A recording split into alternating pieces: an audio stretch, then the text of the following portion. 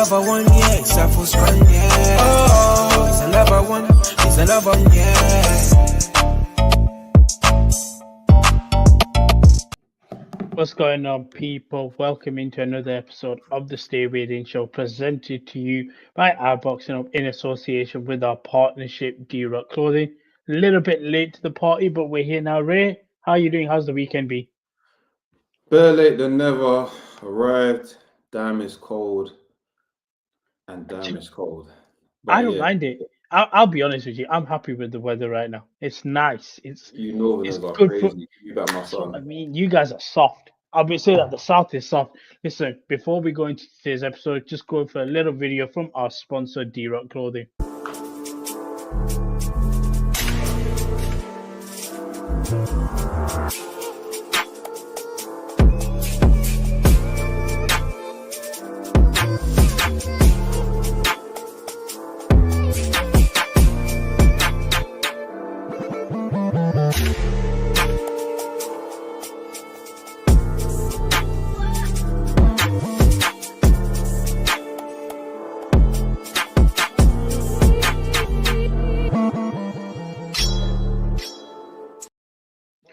As you can see there, iBoxingHub 24. Get yourself 40% off. Shout out to D-Rock Clothing. Let's go into it. Yesterday's big news. Turki Alalshikh has saved boxing. His Excellency, as the title says, has saved boxing. The card, when it comes out, everyone's got the same, I think, appeal with it. It's the best boxing card, top to bottom, we've seen. Just give me your thoughts on the card before we dive into His Excellency and what he's done with boxing. It's a very excellent. If you're a hardcore fan, they've got some stuff for you. If you're casual, it's got some stuff for you. Obviously, from Bivol from Beterbiev, which is a combination of the hardcores and I wouldn't say casuals, but you know, some what's the word I'm looking for? Like fans like the middle, in-betweeners. That's a good one. This is a very good one for the in-betweeners. Shout out Channel 4. So obviously that with Bivol and Beterbiev. Then you've got Dubois for the casuals. Obviously, he's just coming off his win against AJ. Then you've got, Joseph Parker there, who's been on one of the most amazing turnaround runs of someone's career that I've seen. And he's deserved his shot. And the way that his run has gone under the radar is just like the guy that's kept on working, especially after, ironically, both of them lost to Joe Joyce. And Joe Joyce is back to the pack, and both these guys have worked their way back to the front with just hard work, keeping their head down. And side note, it's funny that Dubois is not the main event because it's similar to, it's a wrestling adjacent thing. I know people are thinking this is boxing, but let me land. Do you remember when Austin Fury went to face John Cena at WrestleMania? And John Cena goes, even if you beat me, you still might not get the rub, basically. And that's what I feel like happened with Dubois. Everyone, as much as people like to hate on AJ and everything, he is still... Do you know what? I'm going to say this. I understand why. I know the way sports is that the UFC is the main thing, but across all like combat sports, the heavyweights is always the top.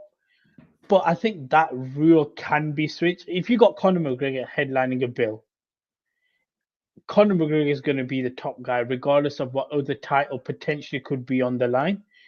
This is kind of the same. Like at the end of the day, when you see that rematch, that's always going to be number one. But yeah, like you said, this is literally the perfect blend of hardcores, casual, in-betweeners, and also it's got that opportunity for certain fighters. I'm going to put out Hamzah and Joshua Buatsi as the two guys where, especially with Hamzah, he's fighting for the world title, but Joshua Buatsi in a position where you win, you see what's the headline, and you get that opportunity to continue to put yourself, because you beat Willie Hutchinson in the last Saudi card. You get your shot now again back on the Saudi card. Most likely going to be the first fight of the night, though. But I want to go to the topic that we got for the title. Turki Alalshikh officially saving boxing. It's a weird one. because when he came in, I think we kind of said it. What's he going to do after the current crop of heavyweights goes? Because essentially that's what it was built on, the heavyweight guys, and then the rest was underneath. If you look at this card, Daniel Dubois, young fighter at 27. Look at Shakur Stevenson, young fighter. Hamzah Sheeraz, young fighter.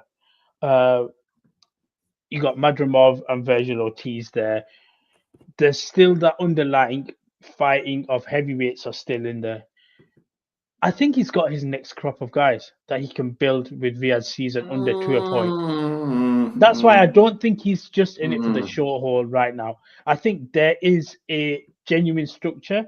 The only problem I see with this is once these guys get position on these cards, it completely takes away from them headlining in their own countries to a point. I don't see Hamzah will headline in the UK as much as we will probably headline in a Saudi card personally. Shakur a bit different. Shakur weren't doing big shows like that in the US anyway. Obviously, he was headlining. I think this might be the best thing for Shakur at the moment because he was headlining in his state, and obviously he put in 2 performances that weren't really the most best thing. So I think it might be good just to go away. Hopefully he has a great performance against Floyd Schofield and make himself a way that the US fans are clamoring to see him again, because the last 2 outings weren't the greatest. So this might be the best thing for him to go on neutral ground, fight, get your buzz up, and then with Gervonta Davis running out of opponents, this is the best time for Shakur to just basically get the ball rolling again to do big things. So let's hope. Yeah, let's wait and see. What's your view on Turkey? What is like if you had to give your honest opinion, do you think it's a super long-term thing he's in for right now, or will it be 3 years down the line where we get him out, or where he decides his optionally himself to get out of box? Because in my opinion, I don't think he can't make money off these cards. I saw that purse bid for the Tyson Fury stuff as well. So he doesn't make money off the cards. So if that's true, I don't know. I've always said this when it comes to boxing. When it comes to certain numbers, I'm not sure what's true, what's not. But as long as everyone gets paid, I'm happy. But I think Turkey, 3 years for me in boxing is long term. Okay. This is a very fickle sport. It's a sport where there's not as much money in boxing as the way people, the way people float around figures and money. There's a lot of smoke and mirrors that come with it. There's a lot of money talk that gets floated around to make it seem more spectacular than it actually is. Turkey, on the other hand, has it, but what is actually paying people, we won't, unless it comes to him, we won't know. But I digress. I think it's good. Like, we're getting the fights that we want to see. People complaining that is in Saudi. Listen, if that's the cost of seeing the fights that we want to see, then so be it. Because we was waiting for, I don't know how long, for Beterbiev and all these corrupt, belt organizations, and a battle between promoters saying, "Oh, well, if you don't pay us this, then nah, this, that, and the third." And Turkey just said, "Listen, we're all gonna get paid. Just make the fight happen." And go on, sorry, finish off. No. I was just gonna say, just to close off, the gold mine that is the boxing division right now, cash in before it's too late. Yeah, no, I hear it completely. Just a few comments, but then I'm going to make a point that for the first time, I'm surprised I'm making this, but we've been edging towards it. We got our man Andrew saying, "What a treat in this fight," and I completely hear it. This is the one that's also there. Dubois' CV is very impressive in terms of the wins and the losses and the close fights. Shout out to Trace and big up family and a tremendous card. The one thing I was going to make on this comment is, I think we're in a point where boxing cards are back being better than UFC cards, because the UFC cards have been slacking from a head to from the top to the bottom. Whereas if you look at boxing cards, they're getting better. And if anything, this for me, I can't remember a UFC card stacked the way this one is. I know Dana pushes certain milestone ones, but this one particularly stacks up for me as probably the best combat sports event card, in my opinion. I'm going to put it out there. Wait, for this year? For next year, but for a long period. For a long period. I can't remember a card where I've seen where I'm like, oh, I'm genuinely interested in fight 1 to fight 7 or 8. Yeah. And that's why I look at this card. The main event, Bivol Beterbiev. Are you surprised that they've run it back? No, because I don't think there's anywhere for Beterbiev to go. I don't think cruiserweight is as glamorous for him to like risk going up in weight and facing, you know, a killer like Jaya Pataya. And then he's done everything he needs to do. So it's either this or retire. And he might be, for all we know, he might be getting a nice big payday, because you already know what I was saying before. I wanted him to win this fight, retire, go off into the wind and just be like, I'm undefeated, like undisputed. What else is there more to do? He's getting older. His body breaks down before every other training camp. This was the perfect time to say, I've done it all. And do you know what? I know I hear it. Sorry, go ahead. No, go again. I was going to say, I think this is the first time I'm looking at a fighter and I'm just like, you kind of have nothing to lose. But also nothing to who? In terms of Beterbiev. Yeah. Let me land on it, because he's already undisputed. This is just one of them fights that, hey, screw it. If I can make a bit of extra money and I can come out on top, if I come out on top on this one, I'm undisputed. Like, it's undeniable. Undeniable. I think even if he loses, he's done what he's needed to do. He beat everyone. There's not going to be no challenger after this that's going to make him any more money. There's not going to be no challenge. Like, we already know Canelo's not going to call him out. So it's kind of just like, what more is there needed for him to do? There isn't any. And that's why I'd hope that he retires after this, because it's just like, legacy-wise, I'm thinking retire whilst you're ahead, but it goes back to the money thing. What is Turkey paying him? Because if Turkey's paying him a handsome amount, he might be like, boy, I'm finally getting the paydays. That's securing my family. So you never know. Do you know what? Another thing that's actually doing is his popularity is growing. Like, he was here. He's literally, I think, just finished a little UK tour. And this is what I'll say. I respect the fact that these are the places that he went to. He went to Birmingham, Blackburn, and Luton. Like, know your audience. That's what I'm gonna say. It's like Bilal. He knows his audience. When he does the UK tour, he knows which cities to realistically go to. I want to bring this comment quickly on from Eric, saying 14 fighters are all relevant on the same card, 50-50 in 6 out of the 7 bouts. The one bout I'm probably looking at is Shakur, and I'm like, that's a gimme fight that we're expecting him to win. In terms of Daniel, he was meant to fight. Is it a bigger slippery banana peel skin type of fight than some people are expecting? Because I like to look at the odds, and I think he's too much of a favorite in this fight for me.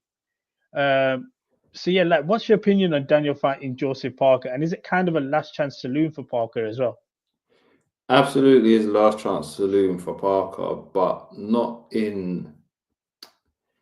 It's a weird one. It is, but I guess for Parker, it's more of a thing of, was we really expecting Parker to be here after, after the Joe Joyce loss? It was kind of just like, the fact that Parker's brought himself back to here is a surprise. And given the fact that with Parker, it's kind of just like, he's such a tricky, nifty guy that I'm intrigued at, can he come up with a game plan to stop Dubois? But Dubois is in a space right now where he's red hot. His team have got him locked in, and he's just a freight train that's just pushing forward. But then we also don't know how is he dealing with the newfound fame of being a champion. that's unraveled a lot of people. It's like becoming champion is hard. Staying champion is another thing. You just beat AJ, you'll get more eyes on you than usual. You know, the target's now on your back. You went from the hunter to the hunted. It changes people, and now is it going to be interesting to see how does Dubois deal with that being the main guy, semi-main guy, because obviously Fury and Usyk are going to fight, but it'll be interesting to see how Dubois does it with it. And this is a very solid first title defense. If you don't include, if you count AJ as a title defense, then fair enough. But if you don't include AJ as a title defense, this is a good one. Okay, I'm gonna say this because, and this is in a position I didn't think I'd say. I don't think if you're on a Riyadh season card as a champion, you can get put into an easy title defense. Yeah, that's fair. So unless you're doing your own show, unless you're doing your own show, Frank, Eddie, Turkey, they will put you in a position where the fight itself, you're going to be in a tricky fight. Just go to a few little comments. Triple D, is it? He is the champion, point blank, period. Usyk shouldn't be fighting right now for this undisputed. He lost to Daniel Dubois. He lost to that man. Yes, please. That shot was never low. He lost to that man. I'm going to put that out there. Parliamentary procedure.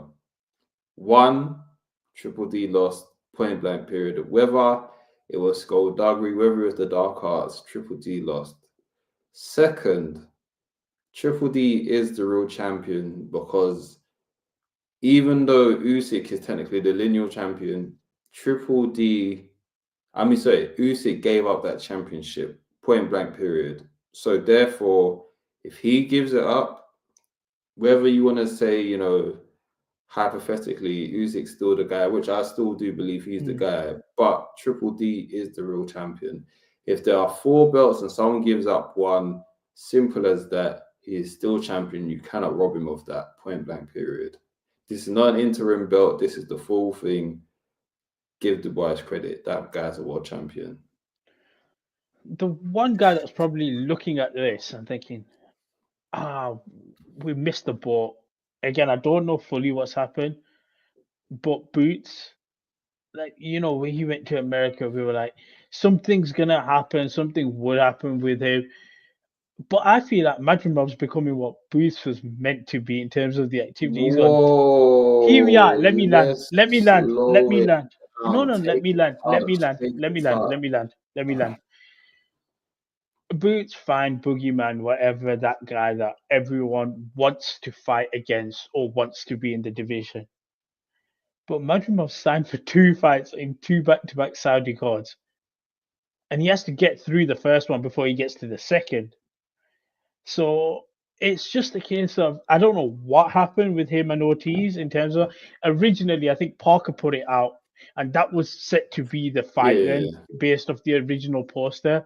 So I don't know what happened in terms of that personally falling off, but it is a bit of a kicker for him. I think.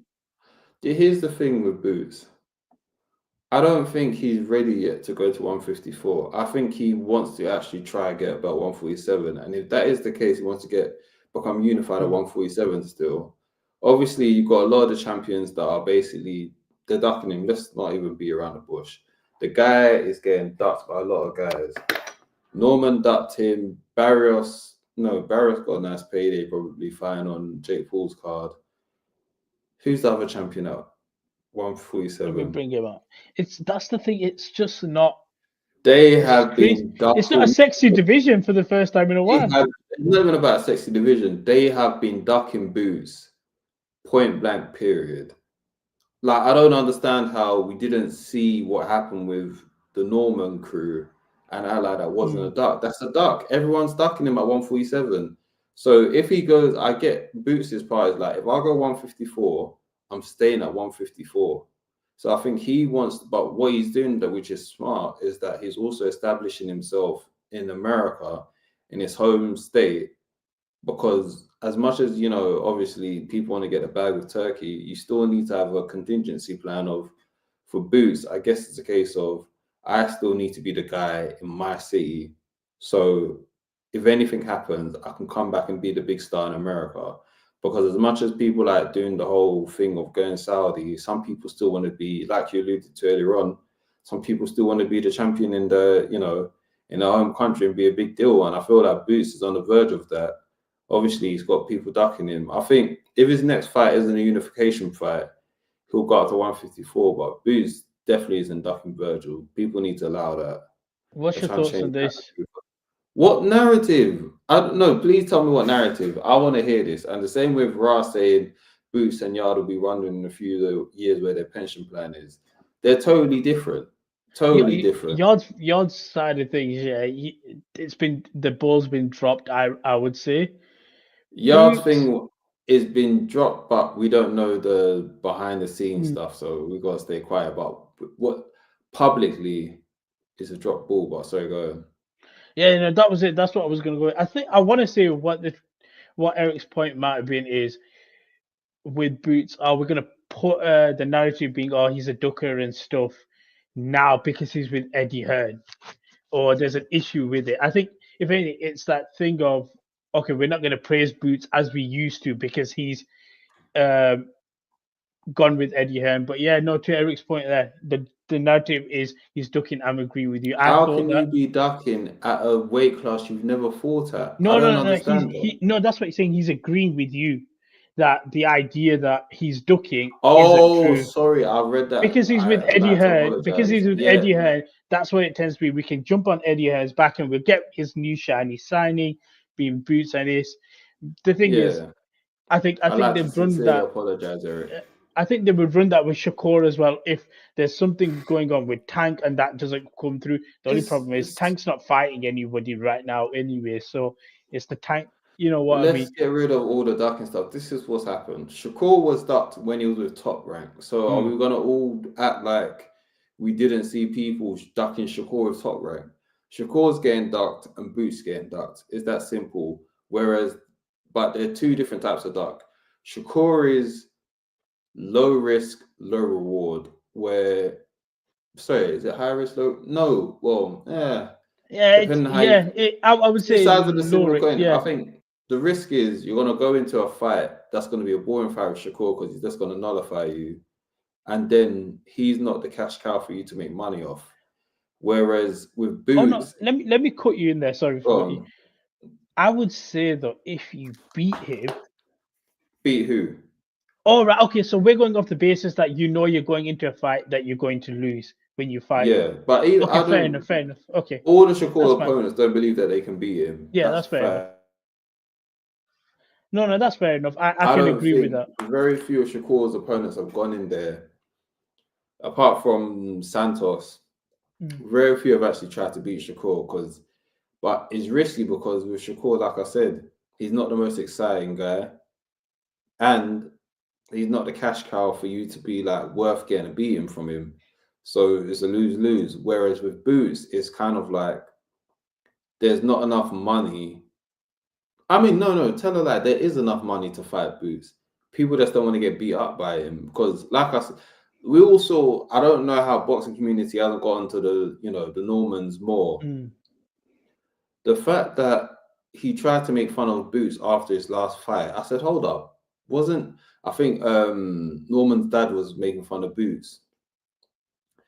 And I'm looking at it like, wasn't your son meant to be in this fight getting paid, 10 times more than his, highest earning? I know that ain't you laughing. So it's like, how can that type of behavior be going on? And then people are going to try to tell me that Boots is the issue. Yes, we understand that in America, Eddie has enemies and they don't want Eddie to succeed because he's actually doing their job, unlike a lot of these American guys. But all this Boots propaganda needs to stop. Like, even with Vergil saying about, looking forward to Boots, the guy has not committed to 154. So how can I duck you a division that he's never fought at? It's ridiculous. Until Boots officially says I'm going up to 154, the guy is a welterweight. It will happen soon. But I'm sure that he wants to be great, one, in his backyard, and two, he wants to at least become a unified champion at welterweight. And if these guys keep on ducking him, then yeah, you might as well go to 154. And as for us saying, you know, the division being held up by Fontoura and Bud, I think it's out of the fighter's domain, to be honest, at 154. I don't think it's a fighter issue because Bud has never shown to be a person that's shook for a challenge, and Fondoras with PBC who have been infamous for, you know, stalling all of their fighters. So where's the other belts at 154? Let's bring it up. Let's bring up where these other belts are at 154 because Fundora and Fundora is obviously meant to face Errol Spence, and Errol Spence has come out saying no one's reached out to him. So that's what I'm saying. It's a mess on Fondora's side because PBC ain't reached out to Fundora or Spence, which was meant to be the fight happening. Bud's got one of the belts. Who else is 154? I can't pronounce his name. Bakram Mutaz. Oh, the guy that beat Tim Tszyu, but he's PBC as well, so it's long. And who's the other one then? That's it. Jamel Charlo's the middleweight champion in recess. Has Fundora got two belts? WBO and WBC. Oh yeah, then this is PBC's fault then. That's what it sounds like. That means it's PBC are holding up the division. PBC has 3 of the belts and Bud's got 1. Because wait, who did Fundora? Was it Fundora beat? No, I remember Fundora beat Tim Tszyu for 2 belts. Yeah, he did. And then what was initially meant to happen was Fundora had to face Bud Crawford or he'd be stripped.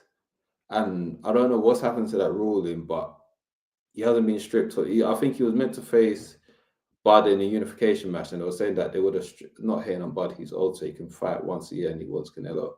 It's not even just about that. Look at PBC side of things. They've got 3 belts. What has Fundora been doing this whole time? Nobody knows. I think it is that thing of wanting to get the Errol Spence fight. Yeah, and I understand about if you want me to be honest, even come out. I don't think Spence fights anymore. I think Spence right now looks like he's just using this time to, you know, get healthy and stay in shape. And he has come out and said, yo, no one has contacted me. The Fundora fight was meant to happen. Obviously, after Fundora's last fight, he was in a ring saying, let's do Cowboy Stadium. And nothing's happened. PBC has done the usual thing of we operate one event at a time, and they're focusing on Tank and Roach. Well, this is the thing. They've got probably, I was going to say, at the start of February, they've got probably one of their best cards that they can put together with that. Cards, fights. Let's not. There's a couple of other fighters on there, but yeah, like you said, it's one of the things with PBC. But we've known about PBC. We know what PBC are. That's why I can't blame Bud. But I'll say this: Errol Spence comes back to fight. I love Errol Spence. I don't know if he wins the fight. I don't know if he wins his return fight. Personally, I'm intrigued. I'm worried about Spence. I used to be, but then from what I've seen I can only go off what I've seen on socials. This is the most shape I've seen him be outside of camp for a long time. Like he seems to be actually living the lifestyle rather than, you know, just relying on camp to get him in shape, etc., etc. Spence seems to be like he's training with like active fighters. He seems to be like gone back to the roots of just training with a lot of grassroots guys or people not up and up. I wouldn't say grassroots totally, but if he's saying he doesn't know what's happening, Fundora's just disappeared. Obviously, Backroom has just won the belt, so PBC probably wondering what the F did they do with him, because I don't actually, to be fair, I don't even know if he's a PBC fighter. He might not be, but that whole PBC side is a mess. I don't know if Bud wants to go up to 160, but I don't think there's anything. Well, listen, if he's going to make the Canelo fight that he wants to do before he cashes out, it's not 160, it's going to be 168. And as I said to every single person, whenever or if that fight happens, unfortunately, anybody who is wanting Bud Crawford to win, prepare for 12 rounds of misery, because Canelo Alvarez, we 100% wiped the floor with Bud Crawford at 168. And we all know that. I don't know about white, but I'll lean towards Canelo winning, but you know. It'll be similar to like when Bivol faced Canelo. Like there's No, gonna be different. it's gonna be obvious. It's gonna be obvious that there's weight classes. No, it's a similar circumstance. Different. 2 weight classes versus 1, but whatever. Just quickly on this card before we talk about what happened on the weekend. When you look at the fighters that are on there, Mhm. who do you think has the most pressure for you to deliver? Because I've got mine. Two people, Buatsi okay. and Hamzah. Okay, that's fine. Because if I was going to nail it, I probably would say Hamzah. Because I've said it before. I think based off where he started 2024 to where he's ending, I've put him in the fighter of the year conversations for what he's able to do in terms of elevating the brand and If he puts on a fantastic performance, then in for 25, sure. yeah. But yeah, no, I agree with that. I think Buatsi is also in there as well. We've had conversation about Buatsi plenty of times. I think this is an excellent fight for Buatsi, Yeah. though. I think this is an excellent fight for Buatsi to keep him ticking. Former world champion, a guy on a matchroom roster that's probably on his way out, and he's got a final payday. And I think is a good in terms of like just getting fights against former champions before he, has his title shot as a keep busy fight. I think this is a very good fight for him because at this point there's no more. Let me have one more fight. This is whenever one of the champions are ready, get ready to step up. And I know people have been wanting him first Yard, but it's over, man. I don't. Whatever's happening with Yard. I don't know, but let that fight go. I don't. It's all murky waters for Yard right now. They're only gonna make that fight if Buatsi loses, and Buatsi's not in a place right now where he should be risking that first Yard. Just quickly shout out to Rico saying big up my guy. Shout Shout out Rico. We cannot tell you what Rico says in the group chat because it's not TV friendly or YouTube friendly. That's all I'm gonna say with that. Gotta quickly talk over what happened over the weekend. Sonny Edwards, let me just double check how old Sonny is again. 28. Unfortunately, I'm going to put it out there, he did get mauled by Galal Yafai. And I was kind of surprised by it. I expected from the start Galal to put on the first couple of rounds of pressure, but then I thought Sonny would find his feet and be able to work his way around it. He has that championship experience. But I think for me, the most surprising thing about this entire fight was after round 2, Sonny basically saying, I don't know what's happening. I kind of want to be out of it. Should the corner have pulled him when he said that? Not at first, but then I don't know who was it. I think it was Enzo Macronelli said something where it's like if he pulled his fight after the second, it was a lose-lose situation. If the corner pulled him, people are going to look at him like, oh my gosh, I can't believe you pulled him after that little comment. Him staying in there, people are just like, you should have pulled him out. I think if he stayed in there and was getting battered, that's when I would have said, pull him out. But I get the corner where it's kind of just like, they just want to try to give Sonny a wake-up call. But he wasn't waking up for me. Like, there was 0 point in the fight. He wasn't waking up. He wasn't waking up, but I feel like they wanted to see if maybe one more route could get Sonny activated, and he just couldn't. And, we had a discussion in the group of whether it was giving up, and I don't see it as giving up. I clearly see it as a guy that just fell out of love with the process and middle of the fight, which is probably the worst time you ever want to, feel that way. He just realized this ain't in me no more. That's what it was. It was just like, this ain't in me no more. That's the quote there. I gotta be real. I don't even want to be here. For me, giving up is like, if he was really, because at that point, your fight was like, just putting pressure on him, but it weren't really putting pressure on him. It weren't like, he didn't push him to breaking point and he said no mass. It was more Sonny like just saying to himself, like, I don't want to dig deep. I need to, sometimes for boxers, they need to dig in deep, and he's probably dug in deep. In all honesty, that Bam Rodriguez fight, he dug in deep. I was going to go back to that fight. That's probably that turning point where it's like, I took a beating without sounding horrible. He took a beating in that fight, and I believe, that was the first fight he got knocked out in. and then you Yeah. don't really recover from that. Again, obviously, yeah, that was it. That was the first fight he got knocked out with. Then he had a little comeback fight, and then you go into this one where the stakes are a little bit higher. For me, I'll be honest, I would have pulled him out.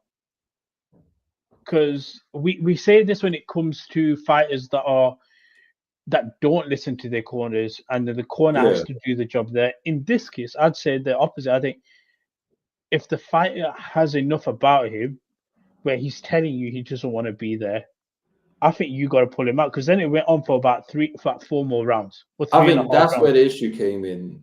I don't know what was said in between the third, fourth, and fifth. But if the third, fourth, and fifth he was still giving the same responses, then you should have pulled him out. But if after, like, let's say that round where he's just like, oh, it's not in me no more, he goes out for the third round, he comes back to the corner and he tells the corner, do you know what? Yeah, F it, let's just do this.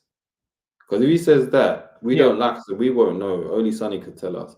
If that was the case, then I would say the corner done the right thing. But if then obviously if he went back to the corner and he just kept on saying to the corner, my heart's not in this, that's when they should have pulled him out. But I feel like after the second round, because he wasn't getting battered, I understand. I'm not saying what's right or wrong, but I'm saying I understand on the coach's side of things why they were just trying to get him G'd up, get him a bit, yo, get your head together.